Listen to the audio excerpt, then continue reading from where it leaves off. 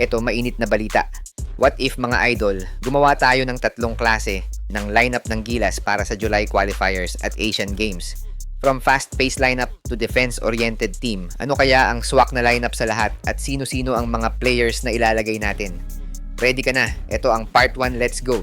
Pero bago yan, like and subscribe lang mga kabady para sa latest basketball news and highlights. Ito ang option A natin mga idol. Tawagin nating Gilas Alpha o ang fast-paced lineup. Well, literally, base lang siya sa sistema kung saan nakilala si Coach Chot Reyes ang run and gun lineup. Pero sino-sino ang mga ilalagay nating players? Sa guards, ilagay natin si RJ Abarrientos at CJ Perez. RJ is a high IQ guards na kayang umiscore in and out of the perimeter. At kung usapang takbuhan lang, remember the time niya kay Coach Tab. Solid yung tandem nila ni SJ that time. Effective siya for transition offense para sa akin. Pwede siguro natin siyang ikumpara kay Jimmy Alapag if court vision lang naman ang pag-uusapan. Then si CJ Perez, bigyan mo lang ng mahaba habang oras to for sure. Kayang-kaya niya gumawa ng play for Gilas.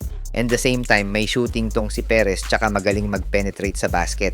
Limit lang siguro natin sa tatlong guards para hindi loaded ng guard itong lineup natin. Lagay natin si Jerick Ahanmisi. Since ang binubuo naman natin ay fast-paced lineup, breakout player si Ahanmisi para sa akin. Kita naman natin yung playing style ni Jerick sa PBA. And gustong gusto ko yung pagka-shooter niya parang mala KG Cañaleta na pinaliit lang. I guess Jerick is one of the underrated guards ng PBA ngayon pero kung ilalagay mo siya sa Gilas for sure, malaki ang maiaambag niya offensively. Then sa shooting guards, eto yung position na wala talaga ang Gilas ngayon. Ilagay na natin si Jordan Heading dito, di ba?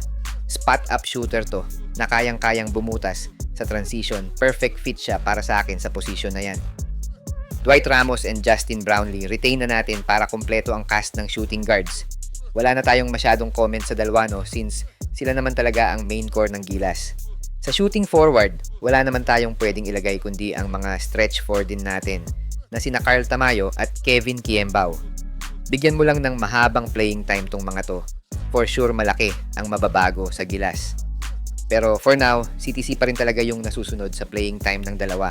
Hi guys! Kung naghahanap ka ng legit Gilas jerseys, marami tayong partner stores ang nagbebenta niyan. All you have to do is i-click lang yung link sa gilid ng mga video at magpa-pop na yung mga stores sa gilid.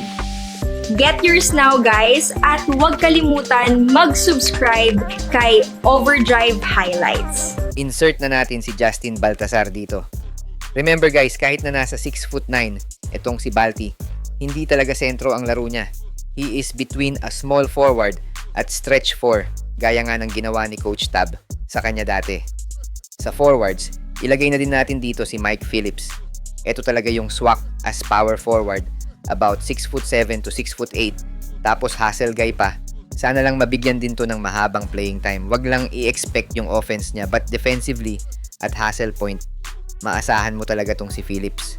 Wala naman din tayong magiging problema sa post. Since QMB and Edu are available, yun nga lang, they still need to improve yung offense nila. Lalo na si AJ na minsan makikita mo na lang na parang bumabato lang ng buko. Then QMB, I guess defensively, yan talaga yung weapon niya, hindi niya naman kailangan pumuntos. He just need to set screen and read defense para makagalaw ng maayos yung mga core players like JB and Dwight. Kay Soto, I guess if available, magandang addition sana. Pero kung wala talaga, move on na lang tayo. Inuulit ko guys, this is just a fan suggestion. As a Gilas avid fan, ito lang talaga yung magagawa natin ang mag-suggest ng mga players na alam nating makakatulong sa national team. Abangan nyo guys yung part 2 bukas. Option B naman tayo kung saan nakafocus naman siya for size and sistema ni Coach Tim. Yun lang guys for today's video. Kita-kits bukas sa part 2. Sa mga gusto pala manood ng laban ng Gilas sa FIBA World Cup qualifiers nang walang delay at free for life, magbibigay po kami ng free live streaming link. All you have to do is i-like lang po ang aming Facebook at YouTube channel para mabigyan po kayo ng unlimited access sa mga sports games sa buong mundo.